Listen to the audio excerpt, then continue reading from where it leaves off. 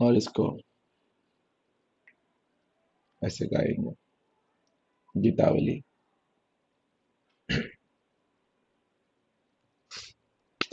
गला गला खराब है, पता नहीं कितना गाऊंगा।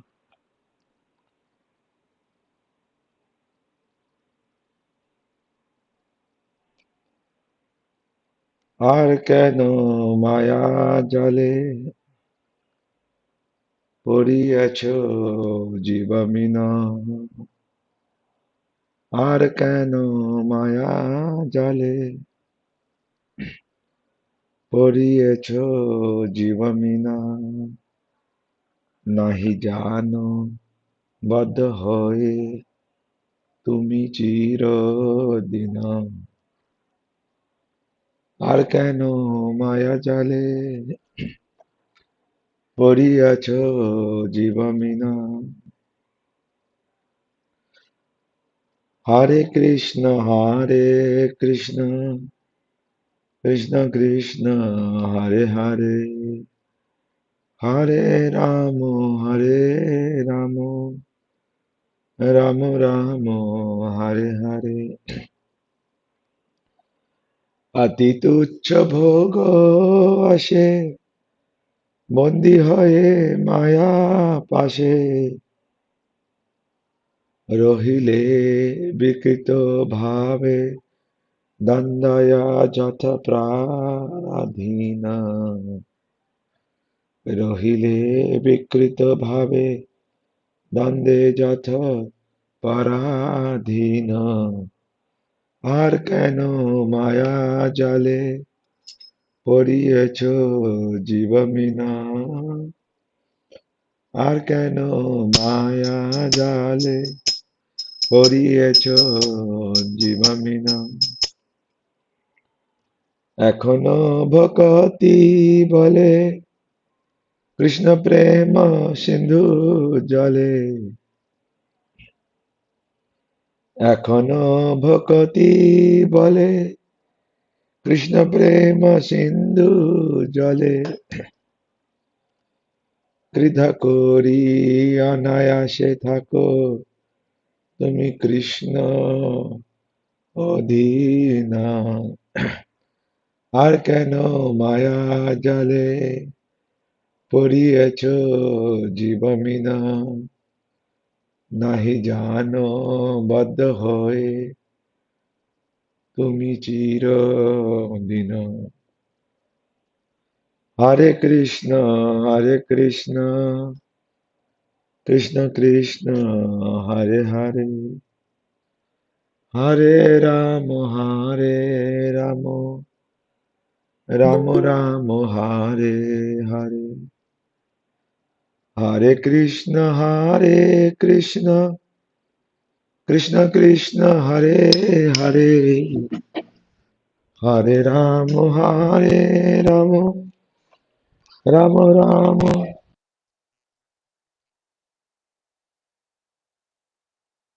हरे कृष्ण हरे कृष्ण।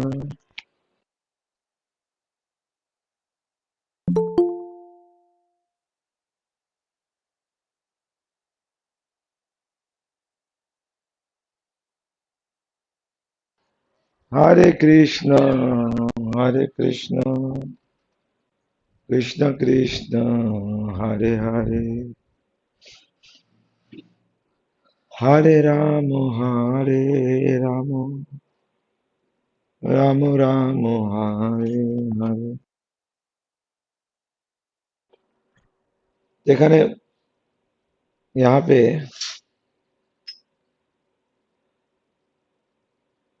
हाँ, तो এখানে भक्तिविनोद ठाकुर, मेरा आवाज आ रहा है क्या? आ रहा है। आ रहा है प्रभु जी। हाँ, तो यहाँ पे भक्तिविनोद ठाकुर बोल रहे हैं, আর কেন মায়া জালে পড়িয়াছি জীবমিনা, कि जो माया जाल है, जैसे एक मछली को अगर जाल में पकड़ लिया जाता है और उस जाल में पकड़ के वो छटपटाता रहता है कि कब उस जाल से वो निकलेगा। उसको सांस नहीं मिलता, पानी नहीं मिलता है। तो ऐसे ही हम जो जीव है इस माया जाल में, माया मतलब जो भगवान से विमुख कर रहे हैं इस संसार के वस्तु में, उसमें पड़े हुए हैं एक मछली की तरह। और मैं ये समझ नहीं पा रहा हूं, यहाँ पे भक्ति विनोद ठाकुर बोल रहे हैं ना ही जानो बद्ध होए, मतलब वो हम लोग को बोल रहे हैं कि हम जो जीव है ये समझ नहीं पा रहे हैं कि कि तुम ही चीरो दीना। यहाँ पे ये जो माया के जाल में हमें लग रहा है हमें हमें तो ये वाला जन्म मिला है, ये शरीर मिला है, लेकिन ऐसा चीरो दीना बहुत जन्मों से, इस जन्म का नहीं, अनेकों जन्मों से हम लोग एक शरीर से दूसरे शरीर में बंधे बंधे हुए हैं।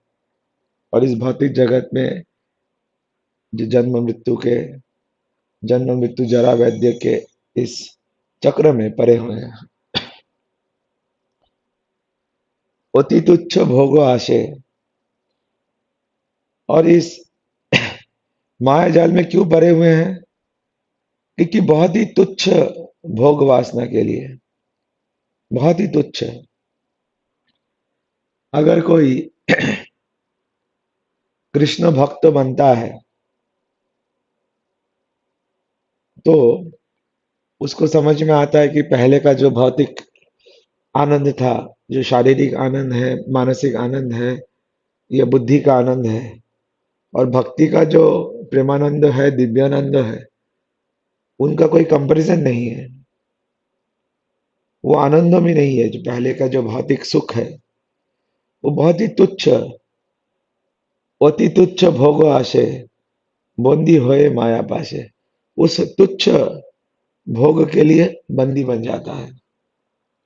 जैसे मछली को थोड़ा सा कांटा दिखा के वो मछली बंदी बंदी बन जाता है। रोहिले विकृत भावे। और इस प्रकार से विकृत भावे मतलब हमारा जो मानसिक चेतना है वो विकृत हो जाता है। और यहीं पर हम लोग दंड भोगते रहते हैं। अभी कुछ ही दिन बाद दुर्गा पूजा आएगा। तो माता दुर्गा के जो त्रिशूल है, दुर्गा मतलब दुर्गा, दुर्ग मतलब फाटक, जिसको लांघना दुर्गम है उसको बोलते हैं दुर्ग। दुर्ग मतलब किला या फाटक।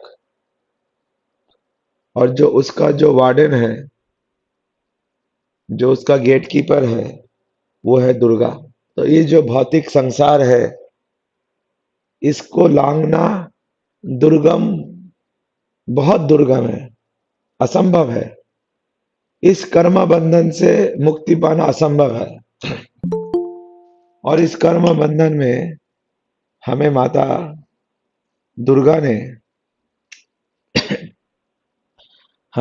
दुर्गा ने अपने त्रिशूल द्वारा, वो त्रिशूल तीन चीज को दर्शाता है, सतोगुण, तमोगुण और रजोगुण। कभी तमोगुण के आवेश में आके हम बहुत मेहनत कर रहे हैं कि बहुत सारा हमें बड़ा बनना है, बहुत विशाल बनना है, बहुत बड़ा कंपनी बनाना है, बहुत जॉब करना है, ये ऐसा करना, अमुक करना है, फर्नीचर लाना है, घर बनाना है, गाड़ी बनाना है, परिवार बनाना है। तमोगुण के, रजोगुण के संपर्क में आके, कभी तमोगुण के संपर्क में आके हम बहुत गुस्सा कर रहे हैं, आलस कर रहे हैं, दूसरे जीवों पे मात्सर्य करते हैं। ये सब तमोगुण के लक्षण, मात्सर्य। और उस मात्सर्य के चलते हम लोग बहुत सारे गलत गलत कार्य कर रहे हैं। इस जगत में मात्सर्य कितना बड़ा दोष है। मात्सर्य मतलब ईर्ष्या, जेलसी।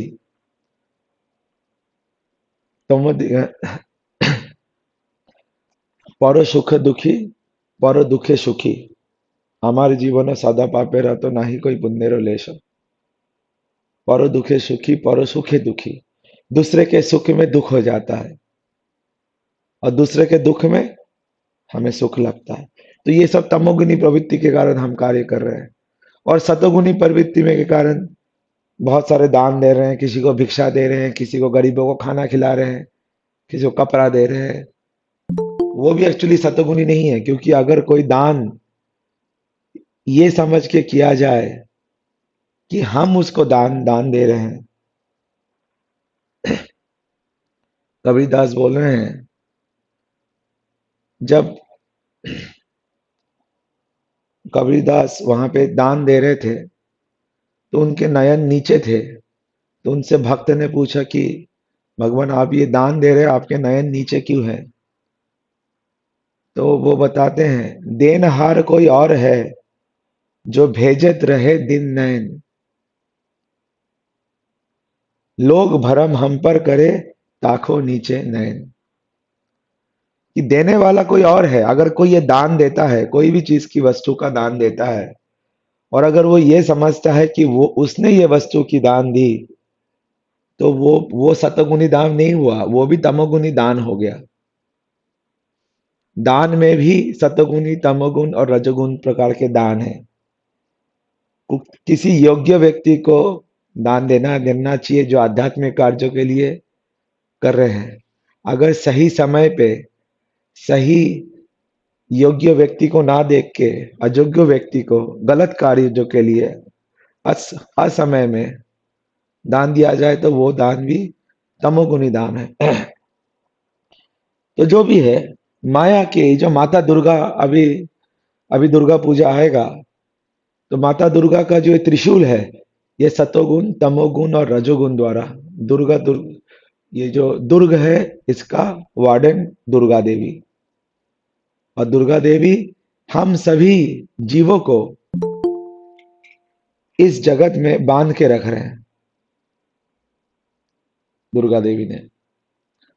और त्रिताप से भी, आदि देवी, आदि भौतिक, आदि आध्यात्मिक ट्रिप से भी बांध के रखे हैं। तो यहाँ पे हम लोग बांध के हैं। तो हम लोगों इस माया जाल में परे हैं, पता नहीं कितने जन्मों से, अनेकों अनेकों अनेकों जन्मों से परे हैं। और जैसे एक दुर्ग से निकलना बहुत मुश्किल है, इस बाकी कोई जेल में अगर कोई चला भी जाएगा तो हो सकता है उस जेल से कोई लोग निकल भी जाए। बहुत बहुत बार इंसिडेंट होते होते हैं ना कि अमुक जेल से कोई भाग गया, लेकिन तिहाड़ जेल से कोई भाग गया, सुनने के लिए मुश्किल होता है तिहाड़ जेल से भागना। या फिर एक काला पानी जेल से कोई भाग गया, बहुत मुश्किल है।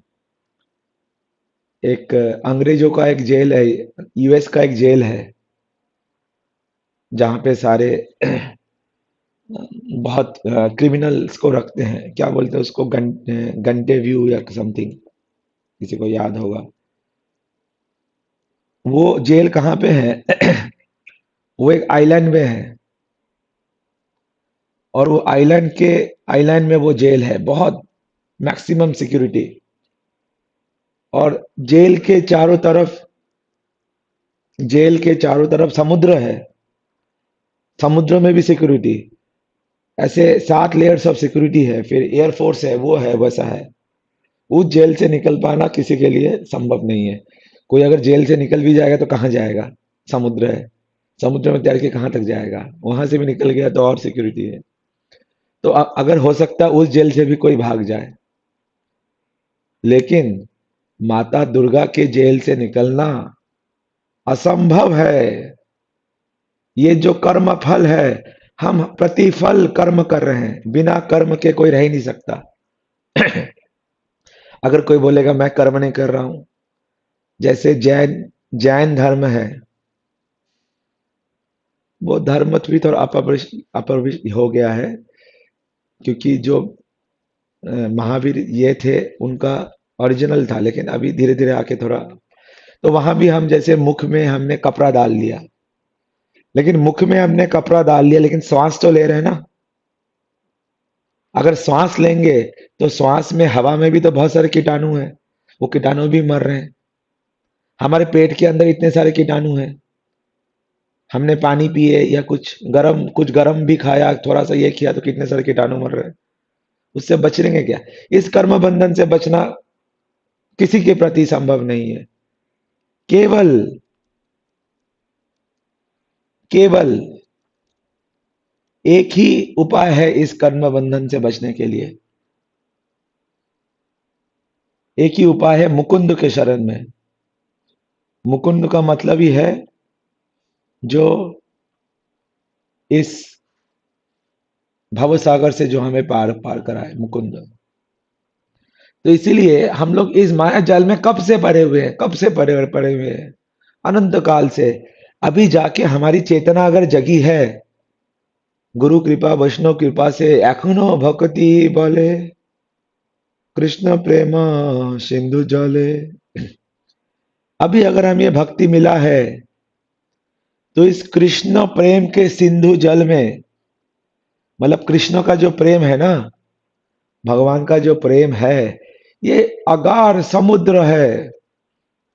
इसमें हम जितना भी डूबेंगे उतना ही डूबते चले चले जाएंगे। इसकी गंभीरता को कोई माप नहीं सकता है। जितना आप डूब डीप जाएंगे उतना डीप जाएंगे, उतना ज्यादा दैन्य होंगे, उतना ज्यादा डीप जाएंगे। इस इतना गंभीर है। भगवान अनंत है। तो इस कृष्ण प्रेम के समुद्र में हमें हमें चेतना मिला है, हमें भक्ति मिले, भक्ति के बल से, शक्ति से इस कृष्ण प्रेम के सिंधु में हम, ये कृष्ण रूपी अमृत जो मधु सागर है, उसमें हम डूबे।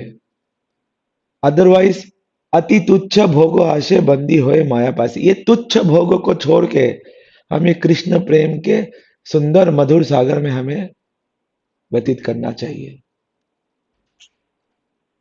तो इस भजन का तात्पर्य जो ये है, भक्तिविनोद ठाकुर का बहुत सुंदर भजन है। इसको हम लोग और भी एक्सप्लेन करेंगे। उसके पहले हम लोग गुरु वैष्णव को प्रणाम कर लेते हैं। नमो विष्णु पदाय राधिकाय प्रियात्मने श्री श्रीमद् भक्ति वेदांत नारायणीति नामिने श्री कृष्ण लीला कथाने सुदक्षा माधुर्य माधुर्य गुणैश्च युक्तम वरिं वरेण्यं पुरुषं महान्तं नारायणं त्वां शिरीषा नमामि। नमो विष्णुपदाय कृष्णपृष्ठाय भूतले श्रीमते भक्ति वेदांत स्वामी इति नामिने नमस्ते सरस्वती देवे गौरवाणी प्रचारिणे निर्विशेष शून्यवादी पाश्चात्य देश तारिणे ओम अज्ञानतिमिरन्धस्य ज्ञानञ्जन शलाकया चक्षुरुन्मीलितं येन तस्मै श्रीगुरुवै नमः। नमो महावदन्नाय कृष्णप्रेमाप्रदायते कृष्णाय कृष्णचैतन्य नामने गौरद्वक्षे नमः।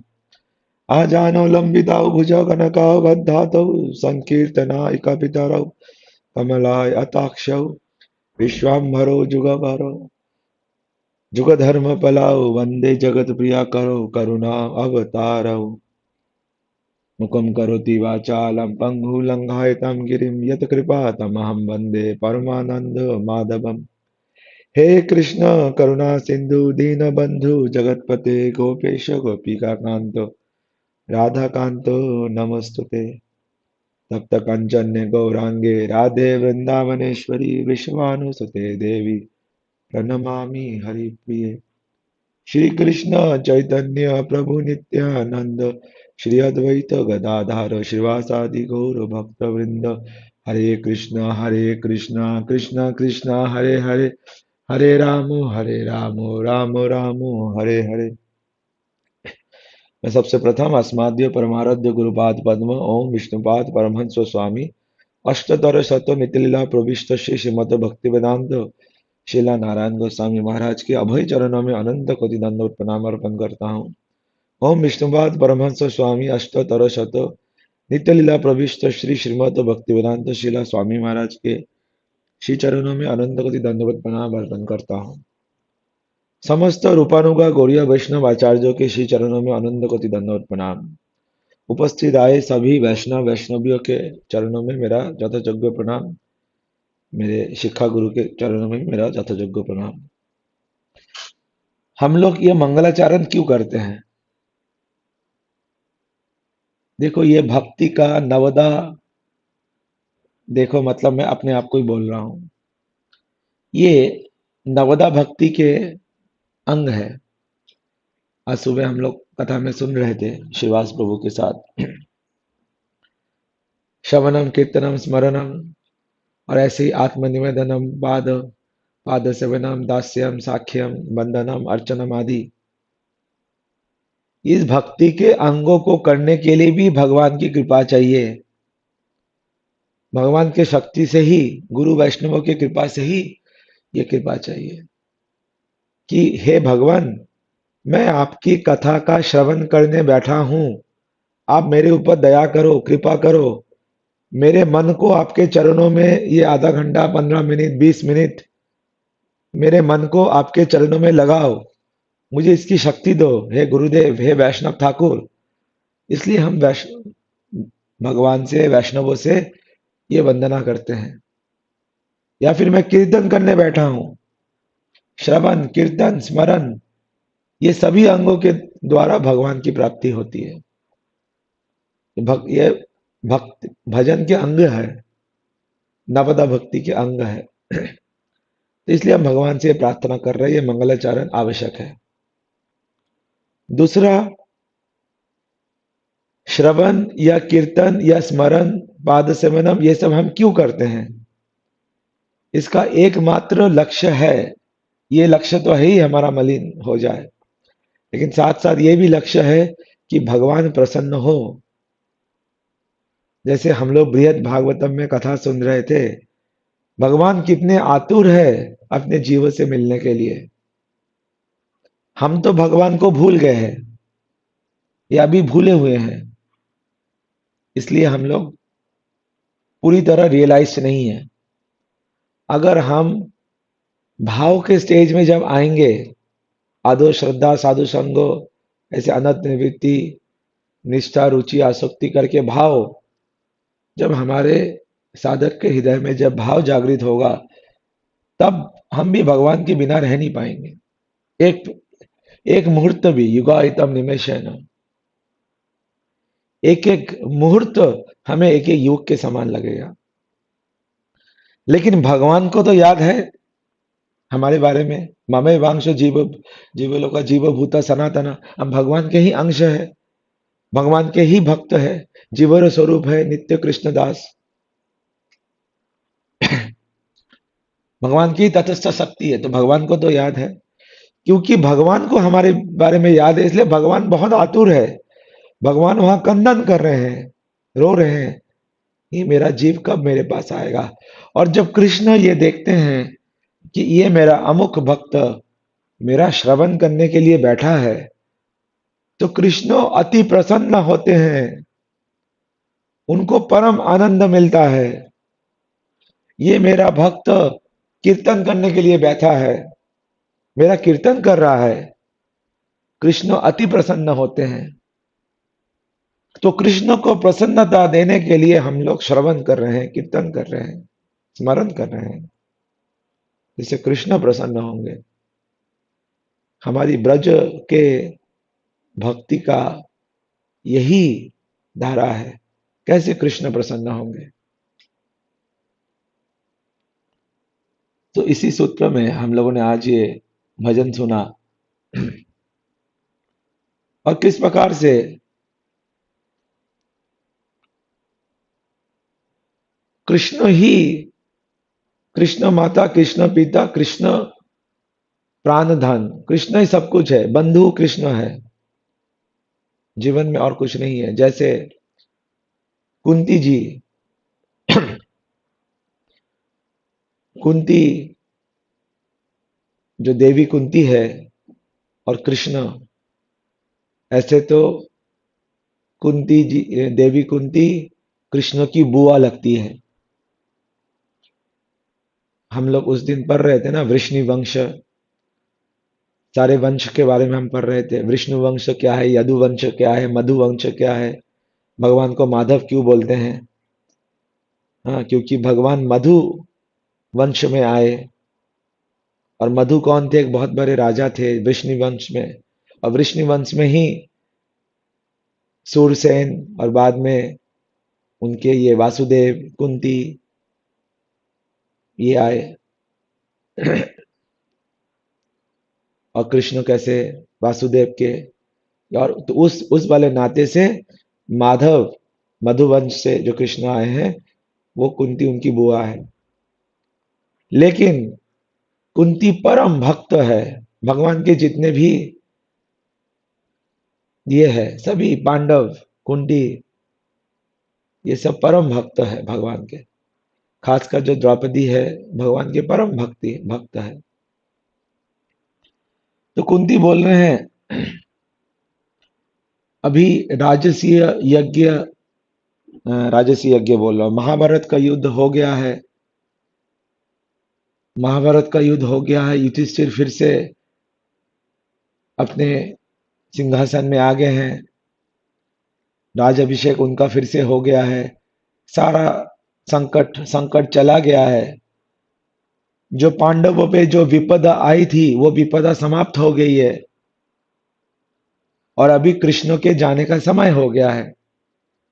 कृष्ण अभी जा रहे हैं हस्तिनापुर से, बोल रहे हैं बुआ अभी मेरे जाने का समय हो गया है, अभी मुझे जाना है, क्योंकि अभी जितने भी विपदा थे अभी तुम लोग विपदा मुक्त हो गए हो। तो कुंती बोल रहे हैं कि हे माधव,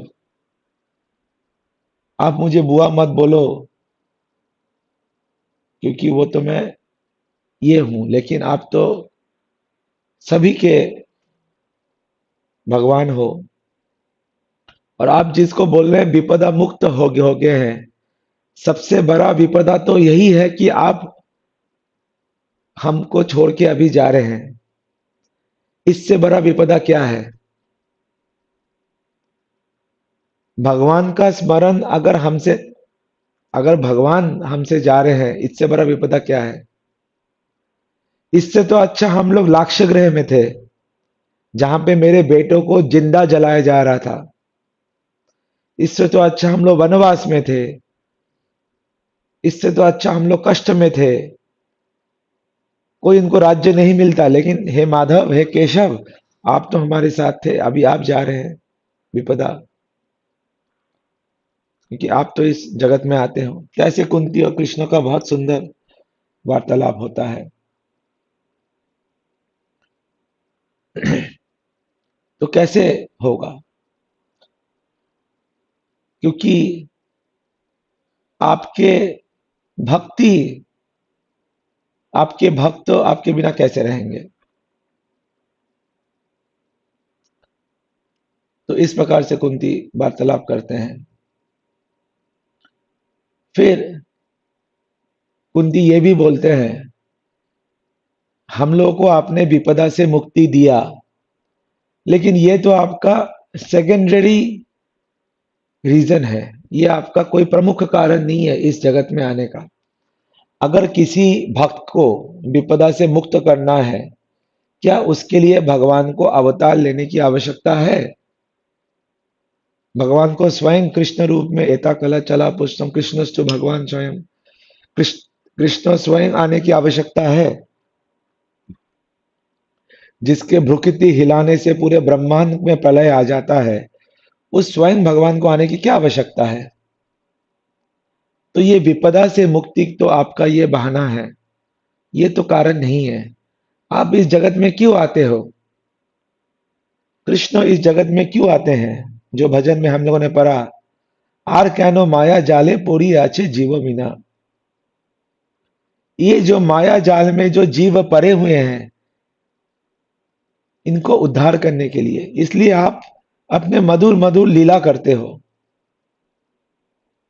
मधुर लीला करते हो, और मधुर लीला करके भक्तों को, जो परमहंस है, जो मुनि है, उनको आप आकृष्ट करते हो। परमहंस, जैसे हम लोग अपने प्रणाम मंत्र में बोलते हैं, परमहंस परिवाचार परिवाचार कार्य अष्टोत्तरो स्वेच्छतो नित्य लीला प्रविष्ट, ये सब मंत्र को हम लोग बोलते हैं। ओम विष्णुपाद परमहंस स्वामी अष्टोत्तरो शतो, इन सब का मतलब है परमहंस स्वामी। बोलते हैं। परमहंस का मतलब क्या है? परमहंस वो है हु आर एक्सपर्ट, जो कि एक्सपर्ट है दूध का दूध और पानी का पानी करने के लिए। हमारे इधर परमहंस में कोई कोई राजहंस होते हैं, और कोई पंछी को ये नहीं आएगा, लेकिन जो राजहंस है वो दूध को अलग और पानी को अलग कर सकते हैं। इसमें राजहंस में इतना ये है। तो इसलिए जो परमहंस है वो इस संसार में, ये जो संसार है, इस संसार में अ, बहुत सारे चीजें जो है अनर्थ है, लेकिन इस संसार में एक बहुत सुंदर चीज भी है। इस संसार में एक बहुत सुंदर चीज है। कलिदुगे निधि राजन अस्ति एक महान गुना मुक्तस्य कृष्णस्य अ, मुक्त संग परम विजय। कृष्णस्य कीर्तस्य मुक्त संग परम विजय, कि इसमें श्रीमद् भागवतम में भी बोलते हैं, इसमें एक सुंदर सा चीज है कि थोड़ा कृष्ण कीर्तन करने से, कृष्ण की भक्ति करने से वो चीज मिल सकता है जो बड़े बड़े साधु को भी नहीं मिला है। इसलिए जो परमहंस है वो इस संसार में से जो गार्बेज है उसको अलग कर सकते हैं, और इस संसार का जो सार वस्तु है, वो सार वस्तु क्या है? भगवान का प्रेमानंद, दिव्यानंद, भगवान का भजन, इसको वो अलग कर सकते हैं परमहंस जो है। और हमें ये सिखा भी सकते हैं कि किस प्रकार से इस संसार में रह के भी, इस संसार के जंजाल में रह के, इस संसार के दुख कष्ट, अपने परिवार का कष्ट, सांसारिक कष्ट, पुत्र परिजन, देवर ससुर सास, भाई बंधु स्त्री स्वामी, ये सारे सांसारिक कष्टों के बीच में, फाइनेंशियल कष्टों के बीच में, आर्थिक कष्टों के बीच में, इस संसार में ग्रीष्म आता है, कभी बाढ़ आती है, कभी धूप, कभी शीत, इन सब कष्टों के बीच में भी किस प्रकार से भजन किया जा सकता है, ये परमहंस हमें सिखाते हैं। वो स्वयं करके दिखाते हैं और हमें हमें करके हमें सिखाते भी है। जैसे एक कथा याद आ रहा है। जैसे एक बार, जैसे हमारे मायापुर में काँठाल बहुत बिकता है। काँठाल, काँठाल मतलब बोलते हैं कटहल, जैक फ्रूट। आप सबने देखा होगा कटहल क्या होता है। तो जो काँठाल होता है ये बहुत ही अ, खाने में बहुत सुंदर होता है। अगर वो पक जाता है, पकने के बाद अगर आप खाएंगे तो बहुत अच्छा लगेगा। तो एक बार कोई विदेशी, यहाँ भी मायापुर में भी बहुत सारे विदेशी है। विदेशी तो चलो, देश विदेशी क्या है जो भी है, मतलब अभी सभी को पता नहीं है कि भारत के फल को कैसे खाएंगे, क्योंकि ये तो बाहर उगता नहीं है, गर्मी के मौसम में उगेगा। तो एक बार कोई उसका कोई आ, सेवक होता है, उसके घर में काम करता है, तो उसको किसी ने काँठाल दिया, पका हुआ काँठाल दे दिया। तो उसने खाया, उसको बहुत अच्छा लगा। वाह, इतना सुंदर फल, इतना अच्छा, क्या सुगंध है इसका, मुझे भी खाना है। तो सेवक को कहीं पे जाना था गांव में, उनकी किसी इसकी मृत्यु हो गई, तो सेवक को जाना है। तो सेवक बोला कि मैं 2-3 दिन की छुट्टी में जा रहा हूँ। तो अभी ये विदेशी जो है, ये ढूंढने गया बाजार में कि भैया कटहल कहाँ मिलेगा मुझे। तो उसको समझ में नहीं आ रहा, ये मुझे जो देखे गए थे पीला पीला फल, ये तो दिख ही नहीं रहा है, बाजार में तो मिल ही नहीं रहा है। लेकिन उसको सुगंध मिल रहा है, अरे ये सुगंध यहीं से आ रहा है, ये कटहल है। इसी को लेके जाता हूँ, यहीं से सुगंध आ रहा है। तो लेके गया एक बड़ा सा कटहल, लेके लेके गया, आया वो घर में।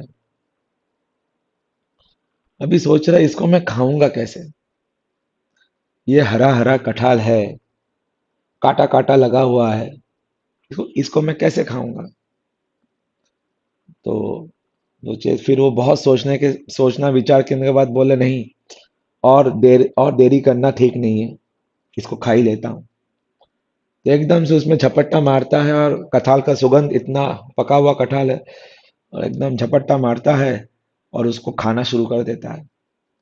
अब क्या, जैसे ही वो खाना शुरू करता है, कटहल अगर आपने काटा होगा तो उसमें बहुत गोंद गोंद जैसा बहुत कुछ उसमें रहता है, उसका बाहर का हिस्सा। तो वो सब भी खाना शुरू करता है। तो उसका फ्रेंच बियर रहता है ना, फ्रेंच ब्रेड बियर रहता है, ऐसा जो होता है ना, ऐसा मूछ। तो मूछों फूछों में, बालों बालों में पूरा कटहल का जो वो है वो पूरा लग जाता है। तो कैसे भी तो खाता है, लेकिन पूरा लग जाता है। अब लोला अब यहाँ से कैसे जाएगा? फिर वो नाई के पास जाता है, नाई से पूरा बाल मुंडन करके आ जाता है, अपना मूछ वगैरह सब काट के पूरा एकदम शेव्ड होके वापस आता है। इतने में उसका सेवक भी अपने गांव से वापस आ जाता है, और वो भी किसी के मृत्यु में गया था, तो वो भी शेव्ड, अब उसका भी हेड शेव्ड है, वो भी आया है।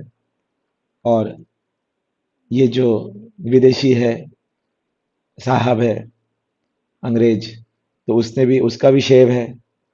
तो वो पूछ रहा है अपने सेवक से, अच्छा तुमने भी कटहल खाया क्या? तुमने भी कटहल खाया हो? उसको लग रहा है शायद कटहल खाने के बाद शायद हेड को शेव करना पड़ता है, क्योंकि शायद ऐसे ही खाया जाता है। कटहल खाने की विधि शायद ऐसी ही है कि पूरा उसको फल को तोड़ो मोड़ो और अपने पूरे बालों में लगाओ, और खाने के बाद, हर बार खाने के बाद अपने सर का मुंडन करना पड़ता है। तो उसको बोल रहा है, तुमने भी खाया होगा क्या? तो सेवक बोल रहा है, मैंने तो नहीं खाया कटहल, ये मेरे से पूछ क्यों रहे हैं कि मैंने भी कटहल खाया, ये क्यों बोल रहा है ऐसा? फिर जाके घर में जाके देखता है कि अरे उसके घर में कटहल ऐसा खुला पड़ा है। तो सेवक समझ जाता है, बोलता है, साहेब, आपने ये ऐसे ऐसे ऐसे नहीं खाते इसको, इस फल को ऐसे नहीं खाया जाता है, इस फल को खाने की विधि है। हाँ, फल को खाने की विधि है। इसलिए विधि, ये जिसको पता है, ये संसार में वो कटहल जैसा मीठा फल तो है, लेकिन साथ साथ में संसार में बहुत सारा जंजाल, काम क्रोध लोभ मद मत्सर, इतने सारे अनर्थ अनर्थ, संकल्प विकल्प, उत्साहमयी, धन घन घन घन तरला आदि इत्यादि, इतने सारे अनर्थ हमारे हृदय में है। भोग वांछा करने की इच्छा है। तो उस जंजाल से लेके इस कटहल को, इस सुंदर फल को कैसे खाया जाएगा? उसका पद्धति यही है कि हाथों में तेल लगाना पड़ेगा, और तेल लगा के फिर उस फल को ले सकते हैं। ये तेल क्या है? ये अनासक्त का तेल है, कि कोई संसार में होके भी हमें संसार का नहीं लगेगा। तो उसका विधि है। तो इसी प्रकार से इस संसार में इतना सारा जंजाल है, इस जंजाल के बीच में भी ये भगवान का प्रेम यहीं पर मिल सकता है। ये है कटहल की तरह, लेकिन इसमें भी सुंदर फल है, ये मीठा रसीला, ये दिव्यानंद, भगवान का प्रेमानंद का सुख यहीं से मिलेगा। लेकिन हमें परमहंस के अनुगत्य में हमें समझना पड़ेगा किस प्रकार से उस कटहल को निकाला जाए। तो इसलिए कुंती देवी ये बता रहे हैं कि आप, ये जो विपदा से मुक्ति करने के लिए आप नहीं आते हो, आप आते हो अपने लीला को, परमहंस मुनियों को, मुनियों का जो हृदय है उनको आकृष्ट करने के लिए आप यहाँ पे आते हो। उनको कैसे आकृष्ट करोगे? कृष्ण के जो 4 गुण है, लीला माधुर्य, प्रेम माधुर्य, वेणु माधुर्य, रूप माधुर्य, अपने लीला द्वारा, अपने प्रेम लीला द्वारा, अपने वेणु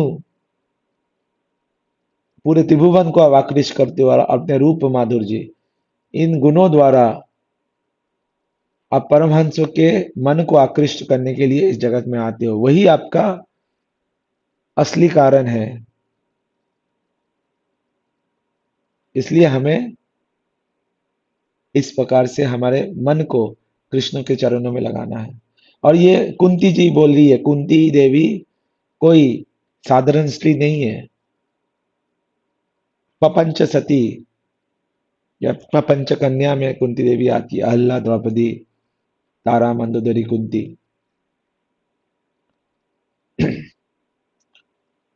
तो भगवान जब वहां से जा रहे हैं तो भगवान ने इस कुंती देवी का प्रसंग बहुत सुंदर है, और सुनने के बाद जब भगवान वहां से जा रहे हैं और वहां पे सारे देवता भी भगवान को बोलते हैं कि हे कृष्ण, अभी आपका लीला समाप्त हो गया है, अभी आपको जाना है। तो कृष्ण भी बोल रहे हैं, हाँ ये बात तो सही है, क्योंकि शास्त्रों में लिखा है मेरा यह अवतार 125 साल तक ही है, ना उससे कम ना ज्यादा, मुझे अभी जाना है। क्योंकि जो शास्त्र वचन है उसको तो मुझे पालन करना पड़ेगा, भली और शास्त्र भगवान के ही है, लेकिन शास्त्र को मुझे शास्त्रों में 125 साल मेरा लिखा है, तो मुझे जाना है। लेकिन मुझे छोड़ के मैं जाना नहीं चाह रहा हूं। अभी अभी हम बृहद भागवतम में सुन रहे थे ना, कैसे कृष्ण आतुर है हम जैसे जीवों को उद्धार करने के लिए, क्योंकि इस माया जाल में पड़े हुए हैं हम अनंत काल से, बद्ध काल से, और कृष्ण का हमारे प्रति अनेक प्रेम है। तो वो जाना नहीं चाहते, बोले अगर मैं चला जाऊंगा तो मेरे इन जीवों का क्या होगा। अभी भी बहुत सारे जीव हैं जिनको मुझे उनको कृष्ण प्रेम में डुबाना है, कैसे कैसे जाऊंगा। तो सभी देवता बोल रहे हैं, प्रभु आप भले ही चले जाएंगे, लेकिन आपका जो लीला है वो तो यहीं रहेगा,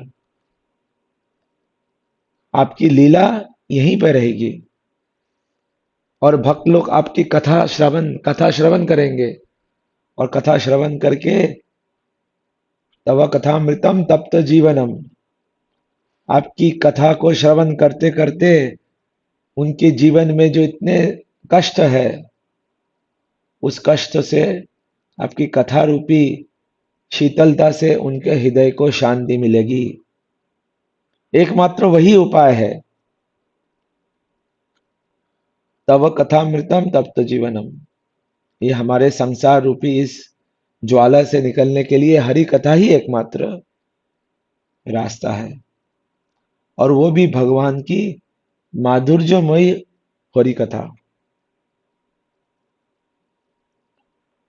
तो इसीलिए हम लोग ये हरि कथा रोज हम लोग कर रहे हैं, और श्रवण हम लोग करते रहे भगवान की प्रसन्नता के लिए, और इस हरि कथा को आगे भी सुनते रहे, जिससे इस मुकुंद के चरणों में जब हमारी प्रेमा भक्ति जागृत होगी। अभी ये जो प्रश्न है ना, प्रेमा भक्ति जागृत होगी, अगर हम किसी से प्रेम करते हैं तो प्रेम हम कौन से संबंध से करते हैं, पहले तो हमें संबंध स्थापित करना पड़ेगा, फिर उस संबंध में कैसे प्रेम करना है वो अविधेय को समझना पड़ेगा, और अविधेय को समझने के बाद हम प्रयोजन समझ पाएंगे। अगर हम सब बोलते हैं भगवान से प्रेम करते हैं, भगवान से प्रेम करते हैं, हमें कृष्ण प्रेम चाहिए, कैसे चाहिए, भगवान से संबंध क्या है हमारा। अगर हम संबंध को ही स्थापित नहीं कर पाए, भगवान हमारे माता है, पिता है, प्रेमिक है, हमारे साख्य है, दास, हम भगवान के दास है, क्या है, क्या संबंध है, हम कौन सी धारा में जुड़े हैं। इसलिए अगर कृष्ण प्रेम जागृत करना है तो सबसे पहले संबंध देवता, संबंध आचार्यों, संबंध देवता मदन मोहन जी, संबंध आचार्य सनातन गोस्वामी, उनका जो बृहद भागवतम ग्रंथ हम लोग अध्ययन कर रहे हैं, उनमें ये सारे तथ्यों का वर्णन है। इसलिए वो हमारे संबंध आचार्य है शिला सनातन गोस्वामी, वो भगवान का ही शरीर है, भगवान के शरीर है वो। क्यों? श्री चैतन्य महाप्रभु बोल रहे हैं, हे सनातन, तुम्हारा जो शरीर है वो मेरा ही शरीर है। वो कैसे है उसके बारे में हम लोग कल श्रवण करेंगे सनातन गोस्वामी का।